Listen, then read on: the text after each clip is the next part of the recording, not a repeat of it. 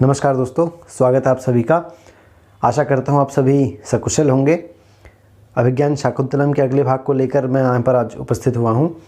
और पिछले भाग में हमने अभिज्ञान शाकुंतलम के अर्थ के बारे में और इसकी मूल कथा कहाँ से ली गई है और मूल कथा में क्या क्या परिवर्तन कर दिए गए थे, मूल कथा को किस तरह से कालिदास ने अपनी कवि कल्पना के माध्यम से, अपनी प्रतिभा के माध्यम से उसको बदल कर एक बहुत ही मनोहारी, एक बहुत ही स्वाभाविक सा एक नाटक बना दिया था, स्वाभाविक वर्णन करने वाला नाटक बना दिया था। और जिससे हमने ये भी जाना था उस वीडियो में, उस भाग में, कि कालिदास का यह अभिज्ञान शाकुंतलम नाटक क्या काव्यशास्त्र की जो नियम है, काव्यशास्त्र के जो लक्षण हैं, नाटक के लक्षण जो दिए गए हैं, वो लक्षण पूरी तरह से इस अभिज्ञान शाकुंतलम पर घट पाते हैं कि नहीं घट पाते। और इस तरह का पूरा अच्छा एक विश्लेषण हमने वहाँ पर किया था। और आज की इस वीडियो में मैं आपको अभिज्ञान शाकुंतलम नाटक में जितने भी पात्र हैं उन पात्रों के बारे में बताऊंगा और उन पात्रों का आपस में संबंध क्या है इसके बारे में जानेंगे। मतलब अभिज्ञान शाकुंतलम के सभी पात्रों के बारे में, और भी इसमें कोई नाम आया है, जैसे किसी पशु का नाम आया है या कोई किसी उद्यान का नाम आया है, ठीक है, उसके बारे में भी हम जानेंगे। जो पात्र मंच पर उपस्थित हैं उनके बारे में जानेंगे, जो पात्र मंच पर उपस्थित नहीं हुए हैं उनके बारे में जानेंगे। और उसके बाद मैं आपको बताऊंगा सभी जो अभिज्ञान शाकुंतलम के जितने भी अंक हैं, 7 अंक हैं, और 7 अंकों की प्रमुख घटनाओं के बारे में चर्चा करेंगे। और उसके बाद प्रथम अंक और चतुर्थ अंक का एक बहुत ही विश्लेषणात्मक तरीके से उसका विवेचन हम करेंगे, उसका विश्लेषण हम करेंगे। और चलिए शुरू करते हैं। सबसे पहले बात करते हैं अभिज्ञान शाकुंतलम के पात्रों की, ठीक है। तो सबसे पहला जो पात्र है इसका, अच्छा एक काम करते हैं, जितने बड़े बड़े पात्र हैं, जो मुख्य पात्र हैं, ठीक है, उन मुख्य पात्रों को पहले लेके चलते हैं और फिर अन्य पात्र जो है वो मुख्य पात्र से संबंधित हैं, क्योंकि तो उस मुख्य पात्र से अन्य पात्रों का संबंध स्थापित करते हुए पात्रों का परिचय जानते हैं, ठीक है। चलिए, तो सबसे पहले हमारा जो मुख्य पात्र है वो तो इस नाटक का नायक है ही, तो हम उसको लेकर चलते हैं। उसका नाम है दुष्यंत, ठीक है। दुष्यंत क्या है? ये एक पुरुवंशी राजा है, ठीक है। पुरुवंश को ही चंद्रवंश भी कहा जाता है, पुरुवंशी राजा या फिर चंद्रवंशी राजा कह लीजिए। और नायक है ये। और क्या है? एक बार इसको एक तपस्वी ने क्या कहा है? बलभित सखा, ठीक है, बलभित सखा कहा है इसको। तो बलभित बोलते हैं किसको? इंद्र को। तो इंद्र का सखा भी है ये, ठीक है। तो इंद्र का सखा है और इसीलिए पहले ही, मतलब लगभग दूसरे में या फिर तीसरे अंक में इसको किसी तपस्वी ने बलभित सखा कहा है। तो वहीं बता दिया गया है कि आगे इंद्र के साथ इसका कोई घटना इसकी होने वाली है। और लास्ट में हम देखते हैं कि फिर इंद्र के शत्रुओं के साथ युद्ध करने के लिए दुष्यंत जाता है। तो बलभित सखा इसको पहले ही बता दिया गया है। अब ये हमारा मुख्य पात्र है, नायक है ये, ठीक है। धीरोदात्त है, प्रतापवान है, ये सब हम जान चुके हैं, ठीक है। राजर्षि है। पिछले भाग में हमने जाना था नायक के बारे में, जब बता रहे थे तो उस समय पर हमने इसके बारे में और भी कुछ जाना था, क्योंकि नायक के लक्षण इसमें घट ही रहे हैं कि नाटक का नायक कैसा होना चाहिए, और उसके बाद फिर ये सब चीज़ें तो इसमें है ही। इसके अलावा इसका एक मित्र है, ठीक है। उसका नाम क्या है? उसे अक्सर विदूषक कहते हैं, और उसका नाम है, ये प्रश्न आ जाता है अक्सर कि अभिज्ञान शाकुंतलम के विदूषक का नाम क्या है? उसका नाम है माधव्य। बहुत ही विचित्र प्रकार का कैरेक्टर है ये। द्वितीय अंक के प्रारंभ में यदि आप देखेंगे तो वहाँ पर बहुत ही हास्यात्मक वर्णन इसके द्वारा करवाया गया है, ठीक है। बहुत ही एक, मतलब जैसे कि कह रहा है कि ये सुअर जा रहा है, ये चीता जा रहा है, मेरे दिन इसी में निकल जाते हैं, बड़ी मुश्किल से रात को नींद आती है, और जैसी नींद आती है सुबह, और तो ठीक उसी समय जैसी सुबह हो भी नहीं पाती कि बहेलिए आ जाते हैं। तो मतलब क्या दिन मेरे गुजर रहे हैं राजा के चक्कर में। तो इस तरह से बड़ा हास्यास्पद वर्णन कह रहा है। राजा आता है वहाँ से तो कहता है कि मैं उठ नहीं सकता, मेरे हाथ पैर में बहुत दर्द हो रहा है, और मैं अब वाणी से ही आपकी जय कहता हूँ, और महाराज की जय हो वाणी से ही कह के, इस तरह से, मतलब एक बहुत रोचक प्रकार का एक पात्र है ये। इसके बाद इसकी राजा की 3 रानियां हैं, ठीक है। कौन कौन सी? एक तो शकुंतला है ही, और एक इसकी रानी है हंसपदिका। ठीक है, ये हंसपदिका वही है जो गाना अच्छा गाती है, गीत इसका बड़ा प्यारा लगता है राजा को। ठीक है, और एक इसकी रानी है वसुमती। वसुमती कौन है? जब राजा को शकुंतला का चित्र देखना होता है, राजा शकुंतला की याद में धीवर प्रसंग के बाद उसको याद आ जाता है सब कुछ अंगूठी मिलने के बाद, और फिर वह शकुंतला का चित्र बनाता है और उस चित्र को मंगाता है मंडप में। ठीक है, चतुरिका नाम की एक जो उनकी भृत्या होती है, ठीक है, एक दासी होती है, उससे मंगाते हैं। तो वसुमती रास्ते में उस वसुमती रानी जो है वो चतुरिका से उस शकुंतला के चित्र को छीन लेती है, ले लेती है। तो ये रानी वसुमती है। ठीक है, 3 इसकी रानियाँ हैं अपने किसकी? दुष्यंत की 3 रानियाँ हैं इसकी। ठीक है, इसके सारथी का नाम क्या है? एक इसका सारथी है सूत, और इसके गुरु कौन है? सोमरात। इसका पुरोहित जो है या गुरु जो है वो सोमरात है। ठीक है, उनका नाम क्या है? सोमरात। जो बताते हैं कि जब शकुंतला आती है और राजा उसको पहचान नहीं पाता है, तो वो बताते हैं कि इसको तब तक, जब तक आप इसकी याद नहीं कर पाते हैं, तब तक इसको मैं अपने घर रख लेता हूँ शकुंतला को। उसके बाद जब आपको याद आ जाएगी तो फिर ये राजप्रसाद में वापस आ जाएगी, क्योंकि मेहमान को इस तरह छोड़ना सही बात नहीं है। तो उनका नाम क्या है? सोमरात। इसका पुत्र है कौन? दुष्यंत का पुत्र कौन है? सर्वदमन। ठीक है, और भरत भी है इसका नाम। भरत और भरत या सर्वदमन एक ही बात है। इसका पुत्र है वो। और इस दुष्यंत से कौन जुड़ा है? भद्रसेन नाम का इसका सेनापति है। दुष्यंत के सेनापति के नाम क्या है? भद्रसेन सेनापति। इसके 2 भृत्य हैं। ठीक है, कौन कौन से? एक है रैवतक। ठीक है, इसको दोवारिक भी है ये। और एक इसका जो भृत्य है वो है करभक। करभक वही भृत्य है जो महल से आश्रम में आया है दुष्यंत की माताजी का संदेश लेकर के। ठीक है, कि उनकी माताजी जो है वो व्रत का उद्यापन करना चाहती हैं और वो चाहती हैं कि उस समय उनका बेटा उनके साथ हो, उनको सम्मानित करे। तो इस घटना के बाद जब ये संदेश आता है तो उसके बाद दुष्यंत जो है विदूषक को कहता है कि तुम भी मेरी माँ के पुत्र के समान ही हो और तुम ही मेरी जगह पे चले जाओ। और फिर वहाँ से विदूषक जो है राजा की जगह पे महल चला जाता है। तो संदेश लाने वाला कौन है? करभक ही है। ठीक है, और इसकी 4 दासियाँ हैं राजा की, मतलब पूरे अभिज्ञान शाकुंतलम में 4-5 दासियाँ हैं जो इनसे जुड़ी हुई हैं राजमहल की। कौन कौन सी हैं वो? एक तो है चतुरिका, जो जिनसे दुष्यंत जो है वो शकुंतला का चित्र मंगवाता है। ठीक है, एक है परभृतिका, एक है मधुकरिका,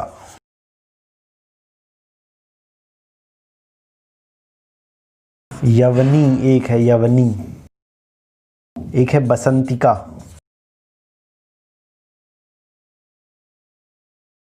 तो ये कुछ राजा की जो है भृत्याएँ हैं। भृत्याएँ माने सेविकाएँ हैं, जिनका वर्णन भी अभिज्ञान शाकुंतलम नाटक में हुआ है। एक इसका कंचुकी है। ठीक है, उसका नाम क्या है? वातायन।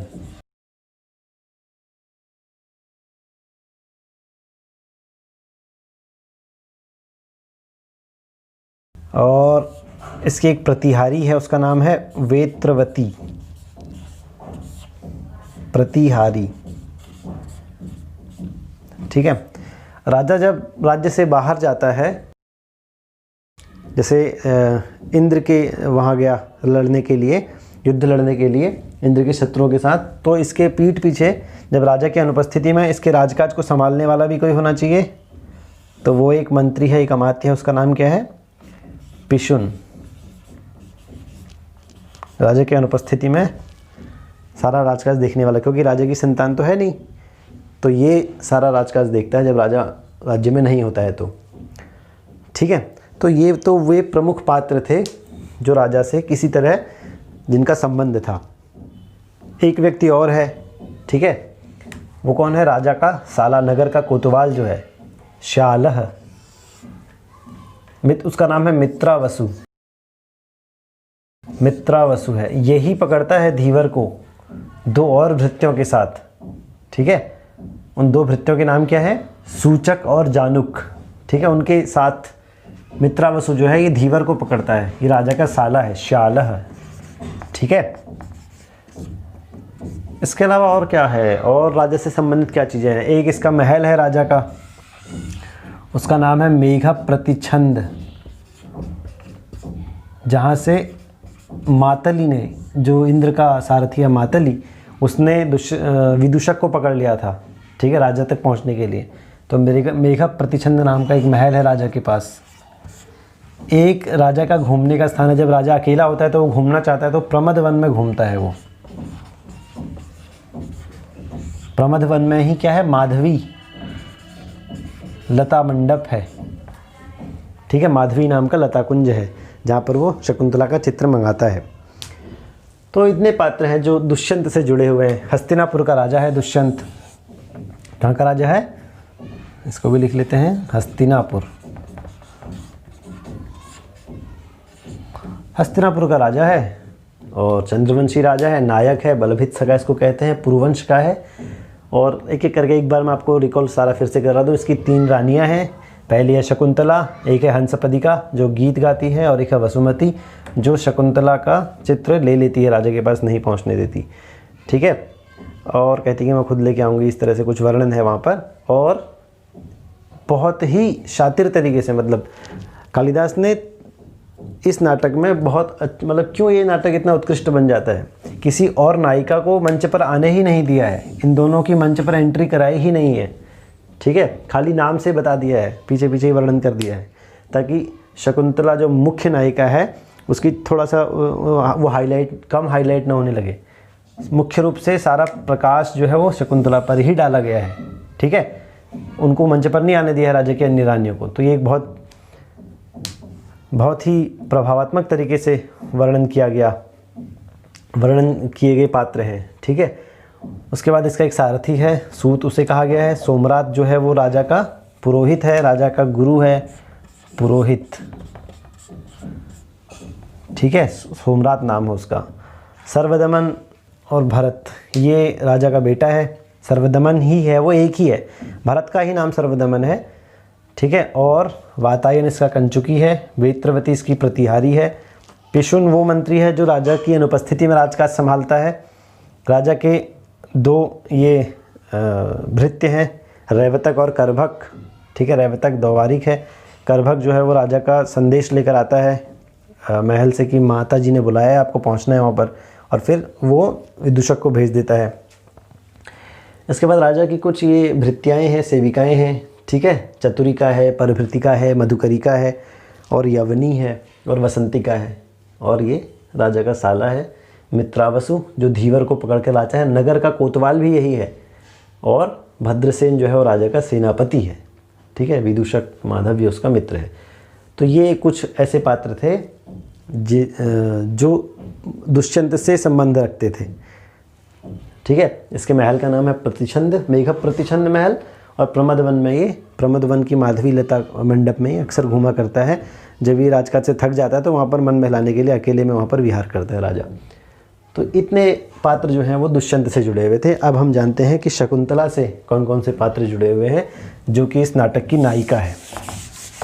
ठीक है, इससे क्या हो जाता है, जब हम पात्रों को जानने लग जाते हैं तो कथावस्तु को समझना बहुत ही आसान हो जाता है। कथावस्तु को यदि समझना हो, किसी भी कथावस्तु को, किसी भी कहानी को, नाटक को, उपन्यास को यदि आपको समझना हो, तो उसके जो पात्र हैं उन पात्रों को आप याद कर लीजिए, उन पात्रों का आपसी संबंध जोड़ लीजिए, और फिर आपके लिए आसानी हो जाएगी कि आप उसमें से वे सारे पॉइंट्स निकाल सकें, वो तथ्य निकाल सकें जिन पर एक नाटक का विवेचन या विश्लेषण आदि किया जाता है, किसी भी उपन्यास का या ग्रंथ को जाना जाता है। ठीक है, पात्रों को पहचानने से आसानी हो जाती है। अब हम जानते हैं शकुंतला के बारे में। तो शकुंतला इसकी नायिका है, ठीक है, ये नायिका है, हम जानते हैं। और अब देखते हैं इनसे कौन कौन से पात्र जो हैं इनसे मिले हुए हैं, इनसे संबंध रखते हैं। तो सबसे पहले तो इसकी 2 सहेलियां हैं, कौन कौन सी? एक है प्रियंवदा, एक है अनुसूया। कितने बढ़िया नाम है, देखो, प्रियंवदा जो हमेशा प्रिय ही बोलती है, जो हमेशा मधुर ही बोलती है। अनुसूया, असूया जो कभी ईर्ष्या नहीं करती, जिसके पास जाने से दुख जो है दूर हो जाते हैं, अनुसूया। इनके एक पिता हैं, मतलब पिता एक ही होते हैं, लेकिन इनके असल में 2 पिता हैं। एक तो वे पिता हैं जिन्होंने इनको पाला पोसा है, तो वे कौन हैं? कण्व हैं। कण्व को काश्यप भी कहा जाता है, ठीक है। अब कण्व से जुड़े हुए पात्रों को फिर हम जानेंगे, या कण्व से जुड़े हुए पात्रों को हम यहाँ पे समझ लेते हैं नीचे, ठीक है। इस तरह से कण्व को नीचे लिख देते हैं ताकि उनसे संबंधित पात्रों को बताया जा सके। इनके पिता जो हैं कण्व हैं। इनके जो असली पिता हैं वो हैं विश्वामित्र। विश्वामित्र को ही कुशिक भी कहा जाता है, कौशिक गोत्र के हैं ये, ठीक है। इनकी माता है शकुंतला की कौन? मेनका अप्सरा। और इस मेनका अप्सरा की ही सखी थी सानुमति, जो कि 6ठे अंक में अदृश्य होकर राजा का हालचाल देखने के लिए आई है, ठीक है। 6ठे अंक में सानुमति वर्णन है, सानुमति प्रसंग है, रोचक प्रसंग है, वो भी अदृश्य होकर आई है और सारी राजा के जो है क्रियाकलाप और मनोविकार आदि वो देखती है। और शकुंतला का एक मृग है, उसका नाम है दीर्घापांग। दीर्घापांग ये इसका मृग है, ठीक है।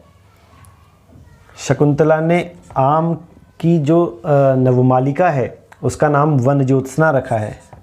इसको पेड़ बहुत प्यारे हैं, लता मंडा पेड़ पौधे ये सब बड़े प्यारे हैं, तो आम की नवमालिका का नाम इसने वन ज्योत्सना रखा है। मतलब आम की स्वयंवर वधू जो है नवमालिका, उसका नाम इसने वन ज्योत्सना रखा है। कण्व के बारे में आप जानते हैं, शकुंतला से संबंधित इतने ही पात्र हैं, ठीक है। कण्व जो है, इनका जो आश्रम है वो मालिनी नदी के किनारे है और इनके जो मालिनी नदी के किनारे क्या है? इनका आश्रम है। और आश्रम की अध्यक्षा कौन है? इनकी पत्नी, वो कौन है? गौतमी। इनकी पत्नी जो है वो कण्व आश्रम की अध्यक्षा है। जो पहले अंक में राजा जिस मृग को दौड़ाते हुए आया है, ठीक है, कृष्णसार नाम का मृग है वो, और वो मृग इसी आश्रम का है।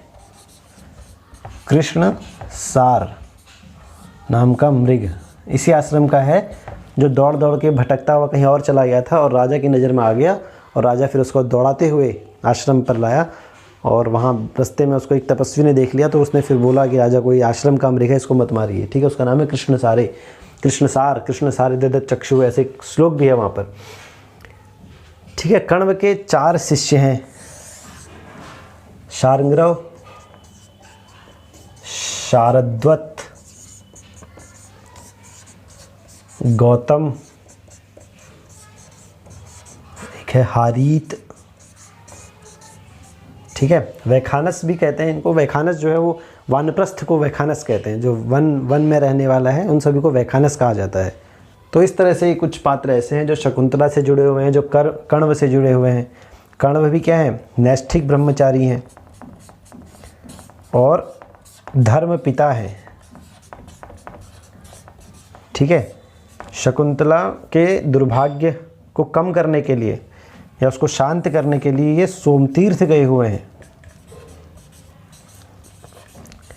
और चतुर्थ अंक में तो लगभग चतुर्थ अंक आधे से ज़्यादा इन्हीं पर आश्रित है, ठीक है। लगभग अगर 24 श्लोक चतुर्थ अंक में है, उनके बारे में भी हम जानेंगे। तो कम से कम 15-16 जो श्लोक हैं वो तो इन्होंने ही बोले हैं। कभी आशीर्वाद रूप में, कभी अपने दुख के रूप में, करुण रस का बहुत बड़ा वर्णन वहाँ पर है। ठीक है, तो कण्व जो है, ये जो पात्र थे कुछ कण्व से संबंधित थे, और कण्व जो है वो शकुंतला से संबंधित है क्योंकि उसके पिता हैं। शकुंतला इनकी दुहिता पुत्री है। ठीक है, इनकी अपनी पुत्री नहीं है, दुहिता पुत्री है। चलिए, तो ये पात्र थे जो शकुंतला और इनसे जुड़े हुए थे। ठीक है, कण्व से जुड़े हुए थे। अब कौन से पात्र बच गए? अभी भी बहुत सारे पात्र बच गए। कुछ पात्र ऐसे हैं जो मारीच से जुड़े हुए हैं। जब दुष्यंत इंद्र के शत्रुओं को पराजित करके वापस लौट रहे होते हैं तो मारीच का आश्रम आता है। ठीक है, जहाँ पर उन्हें शकुंतला मिलती है। तो मारीच से जुड़े हुए कुछ पात्र हैं। कौन कौन से हैं वो पहले हम जानते हैं। मारीच का जो आश्रम है वो कहाँ है? किन्नरों के पर्वत हेमकूट पर है इनका आश्रम। किन्नरों का एक पर्वत है हेमकूट, वहाँ पर इनका आश्रम है। क्यों? क्योंकि वहाँ पर तपस्या करने में बड़ी आसानी होती है। तपस्या करने के लिए सबसे सुरम्य स्थान है हेमकूट पर्वत। ठीक है, तो मारीच उस पर्वत पर रहते हैं। इनकी जो पत्नी है वो कौन है? अदिति। अदिति इनकी पत्नी है, जो कि इनके आश्रम की अध्यक्षा भी है, और इन्हें दाक्षायणी भी कहा जाता है। दाक्षायणी। ठीक है, मारीच कौन है? मारीच जो है वो देवों, दानवों, ठीक है, देवों, दानवों, महर्षियों, इनके पिता है ये, इसलिए इनको एक प्रजापति भी कहा जाता है। मारीच जो है वो प्रजापति हैं अपने आप में। मारीच का एक शिष्य है, उसका नाम है गालव। गालव जो है वो मारीच का शिष्य है, और इन्हीं के आश्रम में एक तापसी भी रहती है। तापसी, इसको सुव्रता भी कहते हैं। ठीक है, ये मारीच के आश्रम में रहने वाली एक स्त्री है, तपस्विनी स्त्री है, उसको तापसी या सुव्रता भी कहते हैं। तो ये कुछ जगहों के नाम और कुछ पात्र ऐसे हैं जो मारीच से जुड़े हुए थे। ठीक है, अब इंद्र मंच पर तो नहीं आए हैं, लेकिन इंद्र का वर्णन भी है, तो उससे संबंधित जो पात्र हैं उनको भी हम समझ लेते हैं। चलिए, इंद्र को केंद्र में रखते हैं, और इससे संबंधित पात्र कौन है? सबसे पहले मातली, जो मंच पर आया है, ये कौन है? इंद्र का सारथी है। विदूषक को डरा दिया इसने, उसको उठा के ले गया। ठीक है, और इंद्र से संबंधित इसका पुत्र है जयंत। ये मंच पर नहीं आया है, मातली ही आया है इंद्र से संबंधित जो है पात्र, जो मंच पर आया है। जयंत जो है वो इंद्र का पुत्र है, और जयंत का नाम इसलिए मैं ले रहा हूँ क्योंकि जब मारीच ने उनको, दुष्यंत और शकुंतला को आशीर्वाद दिया है, तो वहाँ पर कहा है कि तुम जो हो इंद्र के समान हो, तुम्हारा पुत्र जो है वो सर्वदमन जो है वो जयंत के समान होगा। ठीक है, तो इंद्र का पुत्र है जयंत। इंद्र का शत्रु है कौन? जिससे लड़ने के लिए दुष्यंत गया है, वो है कालनेमी वंशज दुर्जय राक्षस समुदाय। ठीक है, ये इंद्र का शत्रु है। इन्हीं को इंद्र हरा नहीं पा रहा था, या इंद्र के पास समय नहीं होगा, तो उसने कहा भी चलो दुष्यंत जो है वो इनको हरा सकते हैं। तो दुष्यंत को उन्होंने बुलाया और अपने काम करते रहे, और दुष्यंत ने उनको हरा के वापस पृथ्वी पर दुष्यंत आ गए। तो ये इनका एक शत्रु है इंद्र का। ठीक है, और कौन संबंधित है इंद्र से? इतने ही लोग संबंधित है बस। और कौन बचे? अब कुछ पात्र और बच गए, चलिए उनके बारे में जान लेते हैं। एक तो वो हैं जिन्होंने मित्रावसु के साथ मिलकर धीवर को पकड़ा है। उनका नाम क्या है? दो पात्र जो हैं वो सूचक और जानुक। सूचक, जानुक। धीवर है एक, धीवर का नाम क्या है? धीवर ही लिखा है वहाँ पर, उसका नाम नहीं ले रखा है। ठीक है, लेकिन ये धीवर जो है इससे दो चीज़ें जुड़ी हुई हैं। ये रहता कहाँ है? शक्रावतार तीर्थ पर, शक्रावतार तीर्थ निवासी है। और इसी धीवर ने एक मछली पकड़ी है जिसके पेट में दुष्यंत की अंगूठी मिली थी। उस मछली का नाम है रोहू। रोहू नाम की मछली इसने पकड़ी है, ठीक है, जिसके पेट में दुष्यंत की अंगूठी मिली है। और जैसे दुष्यंत की अंगूठी धीवर के पास देखी तो इसने और राजा के साले कोतवाल, नगर के कोतवाल मित्रावसु ने इसको पकड़ लिया और राजा के पास ले गए, ठीक है। यहाँ पर भ्रष्टाचार का वर्णन भी कालिदास ने किया है। जब राजा इसको धीवर को कुछ पुरस्कार देकर छोड़ देता है तो ये सब मिलके बोलते हैं कि चलो मदिरा लाई चलो, और इसको वहाँ लेके जाता है। ये गरीब आदमी है तो चाहता है वहाँ पे पिलाता है इनको, ठीक है। और कौन बच गया? एक धनिक नाम का व्यापारी है जिसकी मृत्यु हो गई है। जब राजा बोलता है कि कितना लोकतांत्रिक राजा है, ठीक है, वो बोलता है कि नगर में जिसको जो परेशानी है या जो भी घटनाएं हुई हैं उनकी लिस्ट बना के लाओ और मेरे को दो, दुष्यंत कहता है। तो मंत्री आता है, बोलता है बहुत सारा काम था तो मैं कर नहीं पाया, लेकिन एक ही आदमी का मैं पूरी तरह से वर्णन ला पाया हूँ आपके पास। एक ही आदमी का समाचार आपके पास लेकर आ पाया हूँ, और वो आदमी है धनिक नाम का व्यापारी। ये डूब गया है समुद्र में, इसकी मृत्यु हुई है, और इसका खजाना है, उसका क्या करना है? तो इसका कोई पुत्र नहीं है, ठीक है। तो अब राजा बोलता है कि जैसे धनिक नाम के व्यापारी का कोई पुत्र न होने के कारण उसका जितना भी जो ऐश्वर्य है, जितना भी उसके पास धन संपत्ति है वो राजकोष में आ जाएगी, उसी प्रकार मेरी भी कोई संतान नहीं है तो मेरे बाद मेरे राज्य का क्या होगा, ये उसको चिंता सताती है। तो धनिक नाम का एक व्यापारी है, ठीक है। तो ये इतने ही पात्र हैं, और कोई पात्र नहीं है जहाँ तक मैं रिकॉल कर पा रहा हूँ। इसके अलावा और तुम अगर सूत्रधार और नटी हैं, ये बच गए, प्लस नटी। इसके ऊपर भी एक अलग से वीडियो बनाई जाएगी। सूत्रधार और नटी प्रसंग बहुत ही रोचक प्रसंग है, ठीक है। प्रस्तावना जो है अभिज्ञान शाकुंतलम की, उसमें तो ये इस तरह से अभी हमने ये जाना कि अभिज्ञान शाकुंतलम में कौन कौन से पात्र हैं और उनका आपस में संबंध क्या है, और किस तरह से हम जब नाटक पढ़ेंगे अंकों के बारे में जानेंगे और प्रथम अंक का चतुर्थ अंक का विवेचन करेंगे तो उस टाइम पे ये पात्रों के नाम हमें पहले से ही पता होंगे तो आसानी हो जाएगी, चीज़ों को समझने में ज़्यादा सहूलियत हो जाएगी। चलिए, तो अब जानते हैं कि अभिज्ञान शाकुंतलम नाटक के 7 जो अंक हैं उन 7 अंकों की प्रमुख घटनाएं कौन कौन सी हैं, ठीक है। इस पीपीटी के माध्यम से समझते हैं। तो प्रथम अंक में सबसे पहले नांदी पाठ के पश्चात सूत्रधार जो है वो ग्रीष्म ऋतु का वर्णन करता है और दुष्यंत का उल्लेख करता है। उसके बाद आश्रम के मृग का पीछा करते हुए रथ पर बैठे हुए धनुर्धारी दुष्यंत जो हैं वो सारथी के साथ प्रवेश करते हैं। राजा मृग को मारना ही चाहता है, मतलब मारने वाला ही होता है। इतने में एक तपस्वी का प्रवेश वहाँ पर होता है और तपस्वी राजा को सूचित करता है कि यह मृग जो है वो आश्रम का है, अतः उसे न मारें। राजा उस तपस्वी का कहना मान लेता है और उसके बाद तपस्वी उसे आशीर्वाद देता है कि तुम्हारे चक्रवर्ती पुत्र हों, और साथ ही साथ राजा से प्रार्थना करता है, उसे निमंत्रण देता है कि राजा आश्रम में जाकर अतिथि सत्कार स्वीकार करें।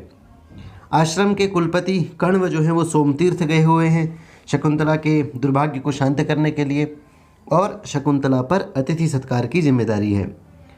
राजा सारथी को आश्रम के बाहर ही छोड़ता है और साधारण वेश में आश्रम में प्रवेश करता है, और वहाँ वह वृक्षों में जल डालती हुई 3 अति सुंदर कन्याओं को देखता है। उनमें से ही एक शकुंतला है, और राजा छिपकर उनकी बातों को सुनता है और उन्हें देखता है। शकुंतला पर राजा आसक्त हो जाता है। इतने में एक भंवरा शकुंतला को तंग करता है और वह रक्षा की प्रार्थना करती है। राजा जो अब तक वृक्ष की ओट में छिपा हुआ था वह उन तीनों के सामने आता है और उन तीनों से वार्तालाप करता है। बातचीत से उसे पता चलता है कि शकुंतला विश्वामित्र और मेनका की पुत्री है और इस परित्यक्ता को ऋषि कण्व ने पाला है। वह एक क्षत्रिय कन्या है, अतः राजा मन ही मन उससे विवाह का विचार दृढ़ कर लेता है। राजा अपने राजत्व का प्रकट नहीं करता। इसी बीच आश्रम में एक विक्षुब्ध हाथी का प्रवेश होता है। राजा के सैनिक जो मृगया के समय उस पीछे छूट गए थे अब आश्रम में पहुंचते हैं, और राजा उन सैनिकों को रोकने के लिए प्रस्थान करता है, और राजा पर आसक्त शकुंतला प्रियंवदा और अनुसुईया नामक अपनी सखियों के साथ प्रस्थान करती है, वहाँ से चली जाती है।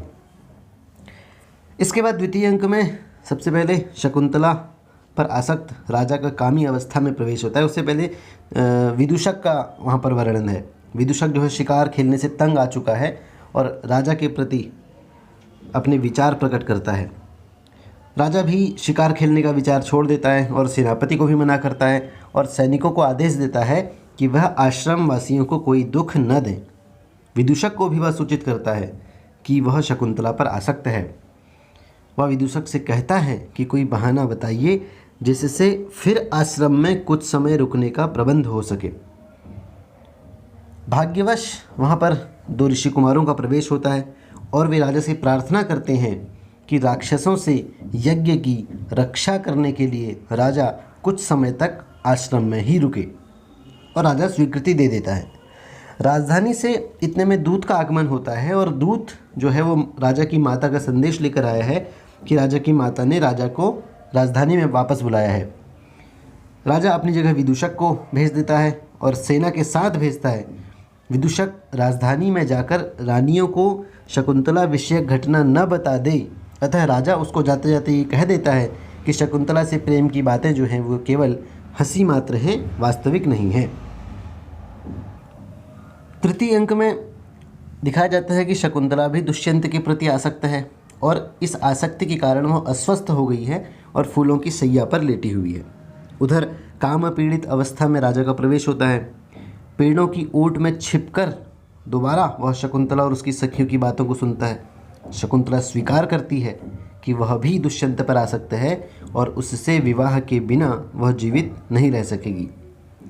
अवसर पाकर राजा का उसके सामने आना, राजा उसके सामने आता है और शकुंतला के प्रति अपने प्रेम की घोषणा कर देता है। राजा और शकुंतला को छोड़कर सखियां वहाँ से चली जाती हैं और राजा इस बीच शकुंतला से गांधर्व विवाह का प्रस्ताव रखता है। शकुंतला आनाकानी करती है कि मुझे जो है आज्ञा नहीं है। ठीक है, इतने में शकुंतला की तबीयत खराब है, इसीलिए शांति जल लेकर आश्रम की तपस्विनी गौतमी का प्रवेश वहाँ पर होता है और गौतमी का प्रवेश होने से पहले राजा जो है फिर वृक्ष की ओट में छिप जाता है। गौतमी शकुंतला को लेकर चली जाती है और यज्ञ में राक्षसों के विघ्न को दूर करने के लिए राजा का भी प्रस्थान हो जाता है। चौथा अंक बहुत ही रोचक है। ठीक है, शुरुआत में प्रियंवदा और अनुसुईया का वार्तालाप है और वार्तालाप से पता चलता है कि राजा का शकुंतला से गांधर्व विवाह हो चुका है। राजा अपनी राजधानी के लिए प्रस्थान कर गया है और प्रस्थान के समय उसने शकुंतला को लिवा जाने के लिए किसी योग्य व्यक्ति को भेजने का आश्वासन भी दिया है। राजा के चले जाने के बाद शकुंतला राजा के ध्यान में मग्न है, कुटी पर बैठी है। इतने में दुर्वासा ऋषि का अतिथि के रूप में आगमन होता है और उनका आतिथ्य न करने के कारण क्रोधित हो जाते हैं दुर्वासा ऋषि और शकुंतला को श्राप दे देते हैं कि जिसको स्मरण करती हुई तू मुझ आए हुए तपस्वी की ओर ध्यान नहीं दे रही है, वह व्यक्ति याद दिलाने पर भी तुझे नहीं पहचानेगा।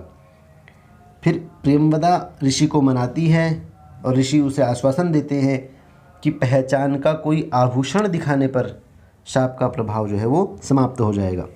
ये सब कुछ जो है प्रियंवदा और अनुसुईया के वार्तालाप के माध्यम से बताई गई है सारी सूचना, क्योंकि ये घटनाएं जो हैं नाटक में दिखाना इनका निषेध है।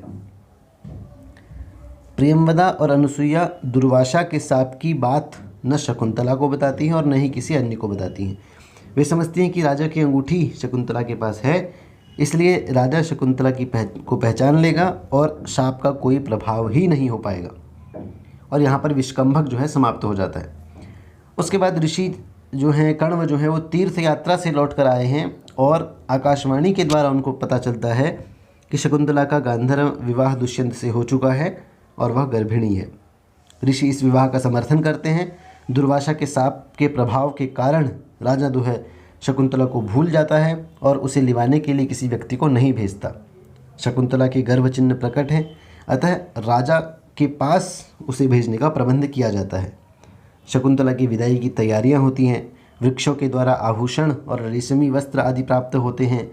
शकुंतला अपनी सखियों, वन मृगों, वन वृक्षों आदि से विदाई लेती है। ऋषिगणों द्वारा शकुंतला को कर्तव्य शिक्षा दी जाती है।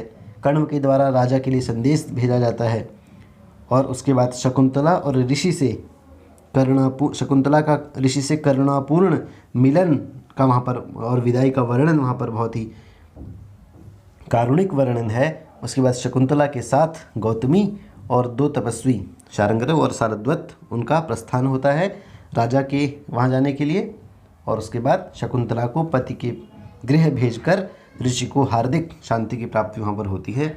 और वो कहते भी हैं कि अर्थो ही कन्या परकीय एव अर्थ कन्या जो है वो एक पराया धन है। इस तरह से वहाँ पर कालिदास ने कण्व के माध्यम से बताया है।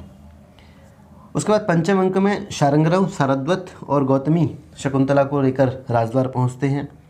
राजा के आदेशानुसार वह महल में प्रवेश करते हैं। दुर्वासा के शाप के प्रभाव के कारण राजा शकुंतला से विवाह की सारी बातें भूल चुका है। अभिनंदन के बाद पारस्परिक अभिनंदन स्वागत सत्कार के बाद शारंगरव निवेदन करता है कि आप दोनों के गांधर्व विवाह का ऋषि कण्व ने समर्थन किया है और इसको आपके पास भेजा है और आप जो है शकुंतला को स्वीकार करें। राजा तो शाप के कारण भूला हुआ है, तो वो यह सुनकर आश्चर्यचकित हो जाता है और शकुंतला से विवाह की घटना को असत्य बताता है। गौतमी शकुंतला का घूंघट भी हटाती है, लेकिन राजा उसे नहीं पहचान पाता। शकुंतला ने राजा की दी हुई अंगूठी को दिखाकर उसे विश्वास दिलाने का प्रयत्न किया। वह प्रयत्न करती है कि अंगूठी दिखा के राजा को याद दिलाया जाए, लेकिन अंगूठी जो है वो रास्ते में ही कहीं गिर गई है। किसी तीर्थ पर हाथ धोते वक्त वह जल में गिर गई है। इसलिए उसका ये वाला उपाय कि अंगूठी दिखाऊंगी और राजा मुझे पहचान लेगा, ये उपाय भी उसका निरर्थक रहता है। शारंगरव और राजा में वहाँ पर आवेशपूर्ण वार्तालाप होता है और राजा जो है शकुंतला को स्वीकार नहीं करता। पुरोहित ने शकुंतला को पुत्र जन्म तक अपने घर रखने का प्रस्ताव दिया था, लेकिन उसके बाद शकुंतला को छोड़कर उसके साथी चले जाते हैं और उसी समय एक अप्सरा आती है और वह शकुंतला को लेकर उड़ जाती है, शकुंतला को उड़ा ले जाती है। और जब लोगों को पता चलता है कि शकुंतला को एक अप्सरा आकर उड़ा ले गई है, तो सभी सुनकर आश्चर्यमग्न होते हैं और राजा जो है वह खिन्न हृदय हो जाता है, चिंता में मग्न हो जाता है। छठे अंक में शकुंतला के हाथ से सचीतीर्थ के जल में गिरी हुई अंगूठी जो है वो एक धीवर को मिली है और वह उसे बेचने के लिए बाजार में आया है। पुलिस वालों ने उसे चोर समझकर पकड़ लिया है और निर्णय के लिए राजा के पास लेकर गए हैं। राजा को अंगूठी देखते ही सब कुछ याद आया है, तो राजा ने धीवर को पुरस्कार देकर छोड़ दिया। उस अंगूठी को देखते ही राजा पर शाप का प्रभाव जो है वो समाप्त हो गया और उसे शकुंतला से विवाह की सारी घटना स्मरण हो आई और उसके बाद वह अत्यंत दुखी रहने लगा। उधर मेनका की एक सखी है सानुमति, वो अदृश्य रूप में राजा के पास आती है और उसकी अवस्था को देखती है। राजा विदूषक से वार्तालाप करता है और शकुंतला के अधूरे चित्र को मंगाकर पूरा करने का प्रबंध करता है। इसके बाद प्रतिहारी मंत्री का एक पत्र लाती है और उसमें लिखा है कि धनिक नामक एक व्यापारी नौका टूट जाने से समुद्र में डूबकर मर गया, उसकी संतान नहीं है, अतः उसका धन जो है वो राजकोष में जाएगा। और राजा यह पढ़कर बहुत दुखी होता है कि संतानहीन होने के कारण उसका धन भी दूसरे के हाथ में पड़ेगा। वह मूर्छित हो जाता है। इस समय इंद्र के सारथी मातली का आगमन होता है। वह इंद्र का संदेश राजा को सुनाता है कि दैत्यों के नाश के लिए इंद्र ने आपको तुरंत बुलाया है और राजा जो है वो इंद्र के रथ पर चढ़कर स्वर्ग के लिए प्रस्थान कर जाता है। सप्तम अंक में शुरुआत में हमें ये पता चलता है कि राजा ने दानवों पर विजय पा ली है। इंद्र ने बहुत बड़े समारोह के साथ राजा को विदाई दी और स्वर्ग से लौटते समय राजा ने हेमकूट पर्वत पर मारीच ऋषि का आश्रम देखा और वह ऋषि को प्रणाम करने के लिए उतर पड़ा। मातली जो है ऋषि से मिलने गया और उसी समय राजा को एक अद्भुत बालक दिखा जो शेर के बच्चे के दांत गिनने का प्रयास कर रहा था और खेल खेल में उसे तंग भी कर रहा था। बालक की आकृति राजा से बिल्कुल मिलती हुई सी थी, अतः राजा जो है उस पर पुत्रवत प्रेम करने लगा। बालक भी राजा का कहना मानने लगा। बालक के साथ की तपस्विनी से उसे ज्ञात हुआ कि बालक की माता का नाम शकुंतला है, बालक पुरुवंशी है और उसकी माता को उसके पिता ने छोड़ दिया है। अपराजिता नाम की औषधि की घटना से उसे निश्चित होता है कि वह उसका ही पुत्र है। इसके बाद शकुंतला सामने आती है, राजा को प्रणाम करती है। राजा शकुंतला के पैरों में पड़कर उससे अपने अपराध के लिए क्षमा याचना करता है। उसके बाद राजा और शकुंतला मारीच ऋषि के दर्शन के लिए जाते हैं। मारीच बताते हैं कि दुर्वासा के शाप के कारण शकुंतला को राजा नहीं पहचान पाया। अंगूठी देखते ही शाप का प्रभाव समाप्त हो गया और उसे वापस शकुंतला की स्मृति हो आई, और इसके लिए राजा जो है वो बिल्कुल भी निर्दोष है, उसका कोई दोष नहीं है। मारीच दोनों को आशीर्वाद देता है और इंद्र के रथ पर उन्हें अपनी राजधानी भेज देता है, और उसके बाद वे दोनों वहाँ पर सुखपूर्वक निवास करते हैं और भरत वाक्य के साथ नाटक समाप्त हो जाता है।